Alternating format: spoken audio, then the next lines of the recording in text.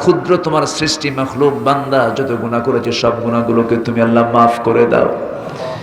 জনম দুঃখিনী মা, জনম দুঃখী বাপ জান যারা চলে গেলেন, জিন্দেগির গুনাহগুলো মাফ করে দাও, কবরগুলোকে জান্নাতের টুকরা বানায়া দাও। আব্বা আম্মার জন্য কি দোয়া তুমি শিখায় দিয়েছো, চক্ষু বন্ধ করুন, হাতটা একটু উঁচু করে আব্বা আম্মার জন্য দিল থেকে, মন থেকে, হৃদয় থেকে আব্বা আম্মার জন্য আকাশের দিকে হাতটা উঁচু করে রেখে একটু চিৎকার বের আমার সঙ্গে আওয়াজ দিয়ে বলুন, রব্বির হামহুমা কামা রব্বায়ানি সগীরা, রব্বির হামহুমা কামা রব্বায়ানি সগীরা, রব্বির হামহুমা কামা রব্বায়ানি সগীরা।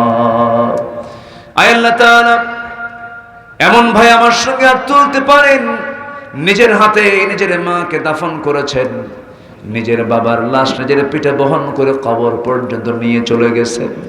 সে আব্বা আম্মা যারা চলে গেল রে, জিন্দেগির গুনাহগুলো মাফ করো, কবরগুলোকে জান্নাতের বাগিচা বানায়া দাও। আয় আল্লাহ তাআলা, বিশেষ করে এই মাহফিলের আয়োজন যারা করলেন, শোনার জন্য কষ্ট করে যারা আসলেন, বিনিময়ে কিয়ামতের কঠিন ময়দান যেদিন কেউ কাউকে চিনবে না, এমনকি মা সন্তানকে পর্যন্ত স্বীকার করে বসবে, যেদিন মানুষ কাঁদতে কাঁদতে চোখের পানিগুলো পড়ে যাবে, চোখ থেকে রক্ত বের হওয়া শুরু হয়ে যাবে, সেই কঠিন মুসিবতের দিন এই মাহফিল সবার জন্য নাজাতের মাধ্যম তুমি আল্লাহ বানায়া দিও। আল্লাহ, 5 আগস্টের আগে এক চিত্র ছিল বাংলার জমিনের, 5 আগস্টের পর আর এক চিত্র হয়েছে বাংলাদেশে। আল্লাহ গো, জুলুম শাহী থেকে আমাদেরকে একটু রক্ষা দিয়েছ, তোমার কাছে প্রার্থনা করি এই জমিনটা তুমি কোরআনের জন্য কবুল করে নাও। আয় আল্লাহ তাআলা, শহীদ আবু সাঈদ, মুগ্ধ, এই যে আমাদের সন্তানগুলো, তাজা প্রাণগুলো, এই দেশকে জুলুম থেকে বাঁচানোর জন্য, অত্যাচার থেকে বাঁচার জন্য এই যে বুকের তাজা প্রাণগুলো ঢেলে দিল, রক্তগুলো তারা জমিনে ঢেলে দিল। আল্লাহ গো, মেহেরবানি করে তুমি তাদের শাহাদতকে তুমি আল্লাহ দয়া করে কবুল আর মঞ্জুর করে নাও। আয় আল্লাহ তাআলা, এই জমিনে অনেক শহীদের রক্ত ঝরেছে। আল্লাহ, তোমার জমিনে তোমার দিন কায়েমের জন্য বছরের পর বছর জেলখানায় কয়েদি হয়ে, অত্যাচারিত হয়ে, কত কষ্ট স্বীকার করে জেলে ধুকে ধুকে অনেকে জীবন দিলেন, ফাঁসির কাস্টে ঝুলায় মারা হলো রে আল্লাহ, তুমি তাদের শাহাদাতকে কবুল করে নাও।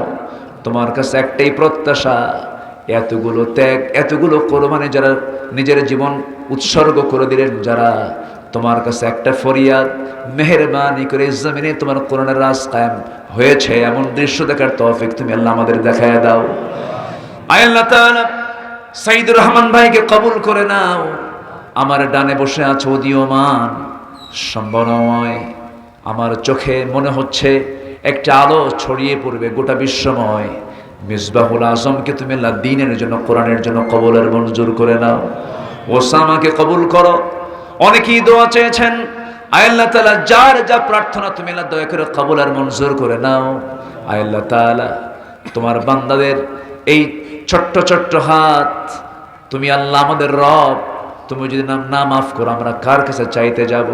ব্যবসা মন্দা, ব্যবসায় বরকত দিয়ে দাও। আয় আল্লাহ তাআলা, যে সমস্ত ভাইয়েরা জুলুম চালিয়েছে, অত্যাচার চালিয়েছে, তারা যদি অনুতপ্ত হয়, তারা যদি একটু চোখের পানি ফেলে যদি তওবা করে ফেরত আসে, তোমার রাসূল তো শিক্ষা দিয়েছেন, ফতে মক্কার দিন 18 জনকে ছাড়া তিনি সবাইকে মাফ করে দিয়েছিলেন। দিনে গ্রহণ আসতে চাইলে আমরা তাদেরকে ধৈর্য ধরে অবশ্যই গ্রহণ করব।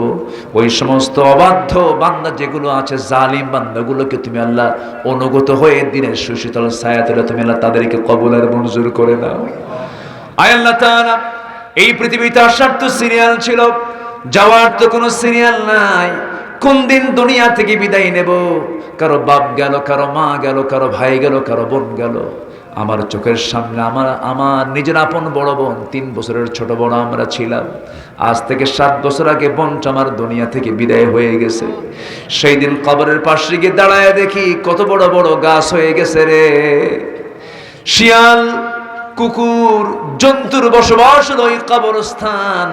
ও আল্লাহ, আমাদেরকে সেই একই জায়গায় যেতে হবে, ঘুরে ফিরে একই সেই স্টেশনে হয়ে সেই জায়গায় সবাইকে হাজির হতে হবে। আল্লাহ, তোমার কাছে ফরিয়াদ করে ডান হাতে আমলনামা না আসা পর্যন্ত আমাদের কাউকে মরণ দিও না।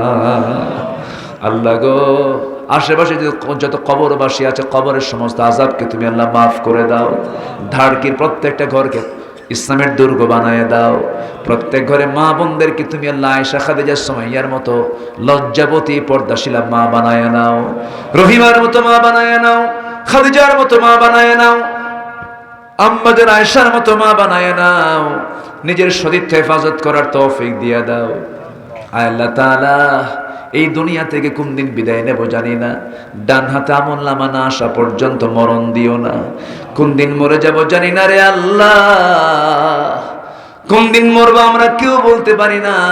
তবে যেদিন মরবো আমাকে কেউ রক্ষা করতে পারবে না।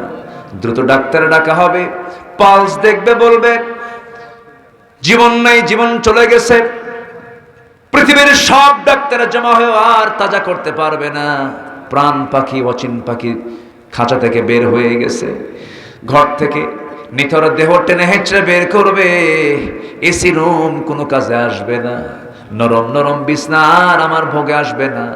টেনে হেঁচড়ে কবর, টেনে হেঁচড়ে যায় না জানাজার প্রান্তর, সব তাড়াহুড়ো করবে। সন্তান পর্যন্ত বলবে তাড়াতাড়ি জানাজা দিয়ে দাও। লোকজন হাজির হয়ে যাবে, কবরে শোয়া দেবে, বাঁশ চাপা দেবে, মাটি চাপা দেবে। ওই যে বিদায় দিয়ে দেবে রে, আর কোনোদিন কেউ খোঁজ নিতে যাবে না। কবরস্থ করবে, 24 ঘন্টা যাবে না, সব বিদায় নিয়ে নেবে। দিন শেষে আল্লাহ, তুমি ছাড়া আমার কোনো বন্ধু নাই। 24 ঘন্টা চলে যাবে, মাথার সেই যত্ন করা চুল, শ্যাম্পু দিলাম, সাবান দিলাম, 24 ঘন্টা যাবে না, মাথার চুলগুলো খসে খসে পড়বে। 3 দিন যাবে না, চামড়াগুলো গলে গলে সব পোকার পেটে চলে যাবে। 7 দিন যাবে না, পেটের নাড়ি ভুড়িগুলো সব চোখ মুখ কান নাক দিয়ে বের হওয়া শুরু হয়ে যাবে। পেটটা ফুলে উঠবে, পোকা দেখতাম, ভয় পেতাম, সেই পোকার নিয়ন্ত্রণ আমার গোটা দেহ চলে যাবে। পোকার রাজত্ব আমার দেহ চলে যাবে, সব শেষ হয়ে যাবে। ও আল্লাহ, মাত্র 3টা মাস কবর যদি খনন করে দেখা হয়, কয়েকটা হাড় ছাড়া আর কিছুই খুঁজে পাওয়া যাবে না কবরে। আল্লাহ, আল্লাহ গো, দিন শেষে কোনো বন্ধু নাই, তুমি আল্লাহ, তুমি ছাড়া। তোমাকে বেশি করে মোহাব্বত করার তৌফিক দিয়ে দাও। তোমার সঙ্গে আমাদের তাল্লুকটা তুমি আল্লাহ বাড়াইয়া দাও, দিদারটা বাড়াইয়া দাও, সম্পর্ক তুমি আল্লাহ বাড়াইয়া দাও। আল্লাহ, মওতের সময় যখন চলে আসবে, জবানে সবার জারি করে দিও কালো যেই কালিমা তাইয়্যিবা লা ইলাহা ইল্লাল্লাহু মুহাম্মাদুর রাসূলুল্লাহ।